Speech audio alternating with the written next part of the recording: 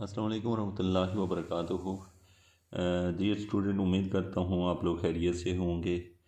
आज की ये वीडियो मैं बना रहा हूँ लीनियर इक्वेशन के ऊपर। इस वीडियो के अंदर हम लोग ये देखेंगे कि लीनियर इक्वेशन होती क्या है और किसी भी किस्म का लीनियर इक्वेशन का सवाल हो तो हम उसे हल कैसे करते हैं। ये जो लीनियर इक्वेशन होती है ये बेसिकली लीनियर डिफरेंशियल इक्वेशन की मैं बात कर रहा हूँ और ये first order linear differential equation की बात हो रही है। याद रखें कि आपको first order linear differential equation और higher order linear differential equation में फ़र्क होता है। ठीक है, तो आपको इसका चूँकि अभी हम सीख रहे हैं linear differential equation first order की। फर्स्ट आर्डर बेसिक होती है, इसको जानना हर स्टूडेंट के लिए ज़रूरी होता है। इससे प्रीवियस तमाम वीडियोस जो है मैंने अपलोड की हुई है। आज चूँकि मैं इस टॉपिक और इसके रेलिवेंट सबसे पहले कोई भी क्वेश्चन हो तो आप कैसे रिकॉग्नाइज़ कर लेंगे लीनियर इक्वेशन है या उसको खुद लीनियर इक्वेशन का स्टैंडर्ड रखेंगे। अब देखें स्टूडेंट, तो ये मेरे पास लिखा हुआ है कि अगर सवाल dy/dx plus P X into Y Q X इस शक्ल का हो तो ये जो इक्वेशन नंबर 1 है, तो ऐसे सवाल को लीनियर इक्वेशन कहते हैं। लेकिन इसमें जो y के साथ लिखी हुई कीमत होती है उसको पी एक्स कह दें और जो दूसरी कीमत है उसे क्यू एक्स कह दें, तो इस सवाल को हम कहते हैं कि ये लीनियर इक्वेशन है। अब हम पूरी एक्सरसाइज को देखते हैं कि कौन कौन से सवाल लीनियर हैं और कौन कौन से लीनियर नहीं हैं। उससे हमें ये फ़ायदा पहुंचेगा कि हम रिकॉग्नाइज़ करने के काबिल हो जाएंगे और फिर हमें ये फ़ायदा होगा कि हम किसी भी सवाल को इस पैटर्न से सॉल्व कर सकेंगे। तो अगले हिस्से में हम इसका सलूशन भी देखेंगे। जैसे स्टूडेंट यहाँ पे देखें तो इस एक्सरसाइज के अंदर जो सवाल दिए हुए हैं, इन सवालों में जो पहला सवाल है आपका ये जो दिया हुआ है, इसको मैं थोड़ा सा आपको जूम करके दिखाता हूँ। इस एक्सरसाइज में जो आपका पहला सवाल है, ये जो सवाल है इसमें आप देख रहे हैं कि dy/dx के साथ कुछ भी नहीं है, यानी 1 है, और y के साथ जो है ना जो कीमत दी हुई है वो x की शक्ल में है और जो दूसरी साइड पे फंक्शन है वो भी x का फंक्शन है। तो लिहाजा ये सवाल लीनियर है क्योंकि इसके ये वाला पार्ट px है और px में कोई y इन्वॉल्व नहीं है, ये y यहाँ पर होता है। तो एक तो ये आपको रिकॉग्नाइज़ किया कि this function is a linear. अगर ये डिफरेंशियल इक्वेशन लीनियर है तो हम लीनियर के तरीके से इसे हल करेंगे, जो कि अभी हम सीखेंगे।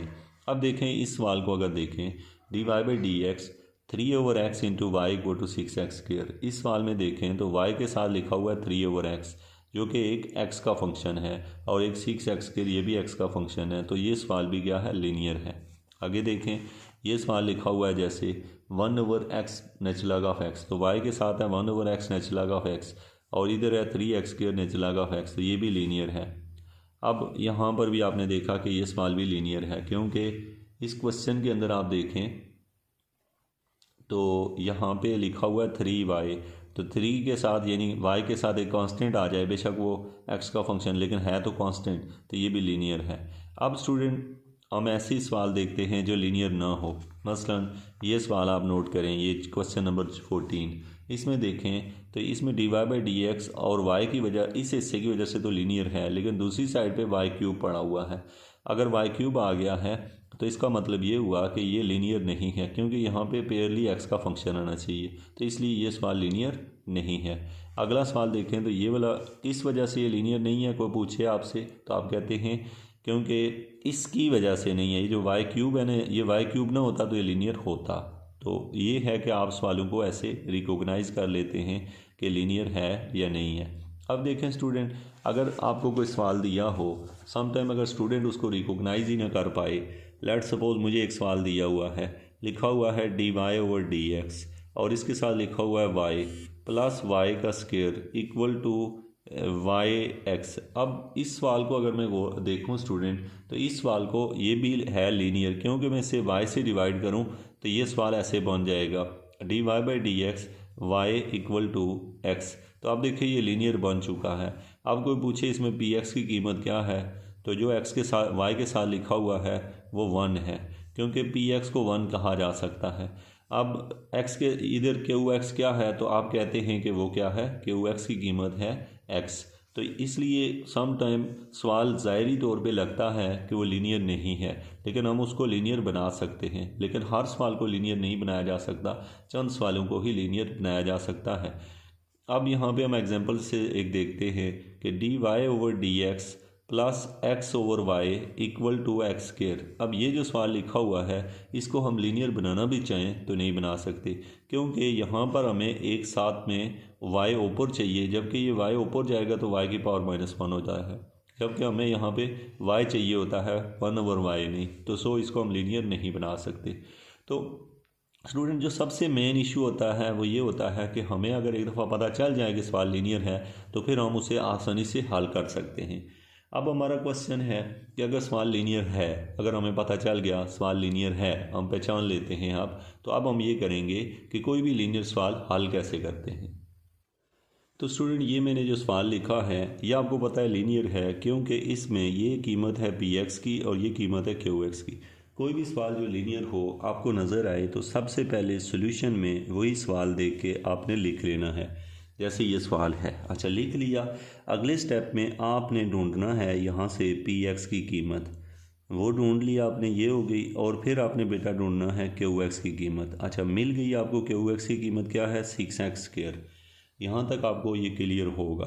ओके, अब स्टूडेंट आपने ये करना होता है कि इंटीग्रेटिंग फैक्टर निकालना होता है। इंटीग्रेटिंग फैक्टर कैसे निकाला जाता है, उसको म्यू एफ लिख दूँ या मैं कोई और नाम दे देता हूँ, सपोज़ उसका नाम अगर म्यू रख लूँ, इंटीग्रेटिंग फैक्टर का कोई नाम रखना है तो ये होगा e की पावर, आप कुछ भी रख सकते हैं, आपकी बुक पे जो लिखा है वो लिखें, ये लिख लें, इट्स ओके। ओके, ये हो गया। इधर मैं लिख दूंगा 3/x dx, यानी कि जब भी इंटीग्रेटिंग फैक्टर निकालते हैं तो जो px की कीमत होती है उसकी इंटीग्रेशन करनी होती है। ठीक है, अब आपने ये जो px की कीमत है इसकी इंटीग्रेशन करनी है। अब इसको मैं अगर हल करता हूँ तो ये मुझे आंसर देगा e की पावर 3 जो कांस्टेंट है बाहर आ जाएगा 1/x dx। आपको पता है कि जो 1/x है e की पावर 1/x, इसको तो मैं 3 लिख सकता हूँ। 1/x की इंटीग्रेशन होती है नेचुरल लॉग ऑफ x, तो ये हमने इसे लिख लिया। अब कुछ स्टूडेंट ये करते होते हैं कि इसको इससे काट देते हैं, आप इसको इससे नहीं काट सकते क्योंकि इसके पीछे 3 भी है, तो इसलिए आप पहले इसे लिखेंगे e natural log of x, sorry ये 3 जो है ये पावर में चला जाएगा, कहाँ चला जाएगा पावर में। अब जो है आपका ये और ये एक दूसरे को कैंसिल कर देंगे तो यहाँ बच जाएगा x का क्यूब, क्या बचा x का क्यूब बचा। यहाँ से आप दोनों को रिमूव नहीं कर सकते थे, यहाँ से आप रिमूव कर सकते हैं, जब 3 यहाँ से हटा के पावर में जाएगा तो फिर, वरना ये 3 इसको कैंसिल नहीं होने दे रहा था। ठीक है, अब हमारे पास है स्टूडेंट x³ जो है वो निकला है इंटीग्रेटिंग फैक्टर। ठीक है, अच्छा ये दोनों एक दूसरे के एंटी होते हैं, इस वजह से ये कटते हैं, तो ये मेरे पास आ गया x³। अब स्टूडेंट आपने करना ये होता है जो भी इंटीग्रेटिंग फैक्टर निकलता है अगर उसका नाम म्यू हो तो डायरेक्ट एक फार्मूला लगाते हैं और वो सवाल एक ही स्टेप में सॉल्व हो जाता है, जो मैं यहाँ बताने जा रहा हूँ। ठीक है, वो फार्मूला आप लिखें और आपने लिखना है और एकदम से सवाल को हल कर लेना है। अब देखें फार्मूला क्या है, बस आपने लिखना है y is equal to 1/, integrating factor हमेशा ऐसे ही करना है, इनटू जो भी क्यू होगा क्यू ऑफ x ऊपर कहीं लिखा होगा और उसके साथ भी इंटीग्रेटिंग फैक्टर को मल्टीप्लाई कर देना है, जिसका नाम आपने अगर म्यू रखा है तो म्यू रख लें, और साथ में dx प्लस c। होप्स हो कि ये फार्मूला आपको याद हो गया होगा। क्या करना है आपने 1/म्यू, म्यू मीन जो इंटीग्रेटिंग फैक्टर निकलेगा qx म्यू dx, और ये अब देखिए कीमतें रखता हूँ। 1/म्यू की कीमत मैंने अभी निकाली x³ है, qx की कीमत आपको पता है ये लिखी हुई है 6x² है, यहाँ लिख दें 6x², और म्यू की कीमत हमने निकाली है x³ है, साथ में लिखना है dx और प्लस c। अब आपको ये समझ आ जाना चाहिए कि हमने किया क्या है। ठीक है, तो ये हमारे पास है। अगर हम यहाँ पे प्लस c ना भी लिखें तो वो बाद में जब इंटीग्रेशन होगी तब भी आ सकता है, बल्कि आप इसी तरह फार्मूला लिख लें, बाद में प्लस c ले आएंगे। अब स्टूडेंट आपने क्या किया, आपने कहा कि ये आ गया 1/म्यू integration of Q mu, mu mean ये इंटीग्रेटिंग फैक्टर जो भी निकलेगा इनटू dx। अब देखिए ये कीमतें रखी, qx की जो भी कीमत हमें सवाल में पता होती है, जो भी दी होती है वो रख देते हैं और इंटीग्रेटिंग फैक्टर रख देते हैं, तो यहाँ से ये y का आंसर निकल आया। क्या निकला है 1/x³, ये जो 6 है कांस्टेंट है बाहर आ जाएगा, आगे बचेगा x की पावर 5 और साथ में क्या आ गया dx। अब x की पावर 5 की इंटीग्रेशन करें तो 6x³ और x की पावर 6/6। अब इंटीग्रेशन की वजह से एक c लिख लें, ये 6 इससे कैंसिल, ये 3 यहाँ 3 रह जाएंगे, तो ये बन गया x³ प्लस c। तो ये हमने इसकी इंटीग्रेशन कर ली है, y का आंसर हमने निकाल लिया है इंटीग्रेशन के बाद। ठीक है, ये कैंसिल हुए हैं, ये आ गया। अब स्टूडेंट इसका मतलब ये हुआ कि जो सवाल होते हैं जिनको हम कहते होते हैं लीनियर इक्वेशन वाले सवाल, उनको हम इस तरीके से सॉल्व करते हैं। हम एक और एग्जांपल ले लेते हैं ताकि आपकी थोड़ा दोबारा से प्रैक्टिस हो जाए और हर सवाल जो भी हो लीनियर वाला आप उसे सॉल्व कर सकें। अब देखें स्टूडेंट, आपसे अगर ये कहा जाता है जैसे dy/dx इधर लिखा हुआ है y² plus x³ y², sorry यहाँ मैं y³ लिख लेता हूँ, इक्वल टू यहाँ पे x5 और y सपोज यहाँ पे क्यूब है। अब देखें इस सवाल में y³ नहीं y², क्योंकि मैं सोच के लिख रहा हूँ ऐसा सवाल जो लीनियर बन भी जाए।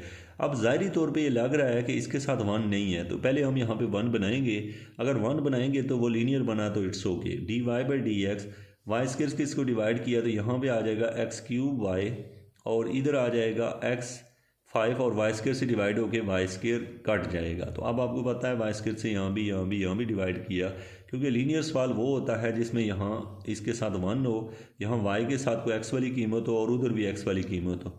अब हमें यहाँ से क्या मिल गया स्टूडेंट, px की कीमत मिल गई, और px की कीमत क्या है x³ और qx की कीमत मिल गई है वो क्या है x5। ये यहाँ से हमने देख के लिख लिया। अब स्टूडेंट हमने करना क्या होता है, इंटीग्रेटिंग फैक्टर जिसको मैं अगर म्यू कह दूँ तो वो क्या होता है, इंटीग्रेशन ऑफ यहाँ पे जो भी हो x³ dx। ठीक है, इसकी इंटीग्रेशन करनी है। अब इसकी इंटीग्रेशन अगर करते हैं हल तो ये बन जाएगा e⁻x³ की इंटीग्रेशन हो जाएगी x4/4।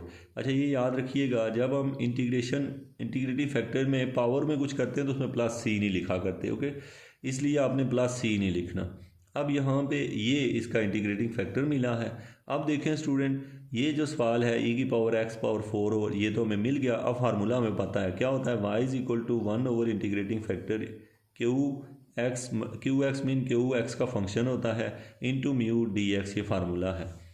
ये इंटीग्रेटिंग फैक्टर निकला है कि x की ताकत 4/4 ये निकला है। और बाकी जो है ना इंटीग्रेशन में भी यही आ जाएगा, e⁻x⁴/4, सॉरी क्या लिख रहा हूँ मैं, लिखना चाहता हूँ x4/4, यूँ नहीं, यूँ लिखना है मैंने। इसकी कीमतें यहाँ पे मैं जब रखता हूँ तो ये बनेगा 1/e⁻x4/4 इंटीग्रेशन ऑफ e⁻x4/4 और साथ में qx की कीमत है x5 है, qx की कीमत कितनी है x5 है जो आपने ऊपर देखी है dx। अब स्टूडेंट हम इसको करेंगे इंटीग्रेट। अगर इसकी इंटीग्रेशन हो जाती है तो फिर इट्स मीन कि हमें क्या चाहिए कि हम इसे सवाल को जो है ना हमारा ये कंप्लीट हो जाएगा। अब आपका सवाल है सर ये कैसे इंटीग्रेट होगा। देखें इंटीग्रेशन का ये असूल होता है, यहाँ से समझ लें। अगर इस तरह का कोई सवाल आ जाए, ये सवाल मैंने वैसे अपने पास से लिया, तो कुछ भी हर सवाल ज़रूरी नहीं होता कि इंटीग्रेट हो जाए। जो भी हमें दिया होता है वो इंटीग्रेट हो रहा होता है, इसीलिए सवाल आपको दिया जाता है। अब देखिए स्टूडेंट समझिएगा, कोई पूछे आपसे e⁻x की इंटीग्रेशन क्या होती है तो आप कहते हैं e⁻x है।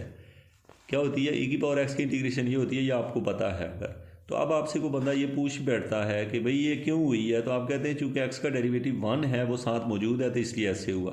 लेकिन अगर कोई बंदा आपसे कहे कि e⁻x² की इंटीग्रेशन क्या है तो साथ में अगर 2x लिखा हो तो आप कहेंगे यही होगी। क्यों? क्योंकि इसका जो डेरिवेटिव जो इसकी पावर में होता है वो अगर साथ हो तो वही इंटीग्रेशन ली जाती है। तो मैं आपसे यही सवाल यहाँ से पूछूं कि भाई मुझे ये बताओ कि यहाँ पे लिखा हुआ है इंटीग्रेशन ऑफ x⁻5 है और e⁻x4/4 है, dx है। तो अब देखो इसकी इंटीग्रेशन देखें, इसकी जो पावर है उसका डेरिवेटिव चेक करते हैं। इसका डेरिवेटिव आ रहा है 4x3, यहाँ पे हमें 4x3 चाहिए, ठीक है, बल्कि 4x3 नहीं, इसका डेरिवेटिव लूँ तो 4x3/4 का x³ बनता है। तो इसको जो है ना हम ऐसे लिख सकते हैं x³ और x² e⁻x4/4 dx, ठीक है। तो ये हम लिख सकते हैं इसे। वो जो साथ में बाहर लिखा हुआ है वो तो लिखना ही लिखना है, ठीक है, ये तो साथ लिखना ही लिखना है। तो मतलब ये कि अब ये जो फैक्टर बन चुका है, इसका डेरिवेटिव इसके साथ आ चुका है। अब इसके ऊपर हम इंटीग्रेशन बाय पार्ट्स लगाएंगे और इसको हम हल कर लेंगे, क्योंकि ये कंप्लीट जो है ना इसका इंटीग्रेशन कंप्लीट है। तो एक को हम फर्स्ट फंक्शन ले लेंगे, इसको सेकंड ले लेंगे, तो इसको हम इंटीग्रेशन बाय पार्ट से सॉल्व कर लेंगे। बहरहाल ये कि ये सवाल आपसे वो नहीं पूछेगा, ये नहीं पूछेगा, वो आपको मज़ीद रेलिवेंट या इससे भी आसान सवाल पूछेगा। तो यानी आपका रूल आ जाना चाहिए। तो इससे आपने ये लर्न किया कि जो लीनियर क्वेश्चन होते हैं पहले हमें उन्हें अगर लीनियर बन रहे हैं तो लीनियर बनाते हैं, P x Q x integrative factor निकाल के ये फार्मूला लगाते हैं, लगा के इस फार्मूले में कीमत रखते हैं, तो सवाल को इंटीग्रेट करना पड़ता है। इंटीग्रेशन के अंदर हमारी इंटीग्रेशन थोड़ी अच्छी होनी चाहिए, थोड़ी नहीं बहुत अच्छी होनी चाहिए। तो आप अगर इंटीग्रेशन सीखना चाहते हैं तो इंटीग्रेशन के रूल्स जो है मेरी प्ले लिस्ट पर जाएँ, वहाँ पर जो अलहदा से एक है इंटीग्रेशन टेक्निक्स, उसको सीखें ज़रूर, ताकि आपको इंटीग्रेशन टेक्निक्स आ जाएँ। और ये भी सवाल जो है जैसे इंटीग्रेशन बाय पार्ट से हम कोई भी रेंडमली सवाल उठाएंगे, हो सकता है वो हल भी हो जाए, हो सकता है ना भी हो, ये हल हो जाएगा। तो इस तरीके से स्टूडेंट, चूँकि मेरी वीडियो लेंथी हो चुकी है तो मैं मज़ीद इसको एक्सपेंड नहीं कर रहा, बस आपसे ये है कि आप इस तरह से लीनियर इक्वेशन के तमाम सवालों को सॉल्व कर सकते हैं। Thank you so much.